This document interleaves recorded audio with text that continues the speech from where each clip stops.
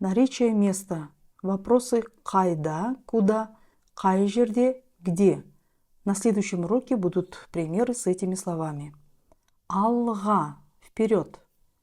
Алда – алдында, впереди. Артта – позади, сзади. Артқа – назад.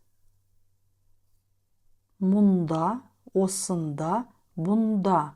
Здесь, в этом месте, тут. Сонда, онда.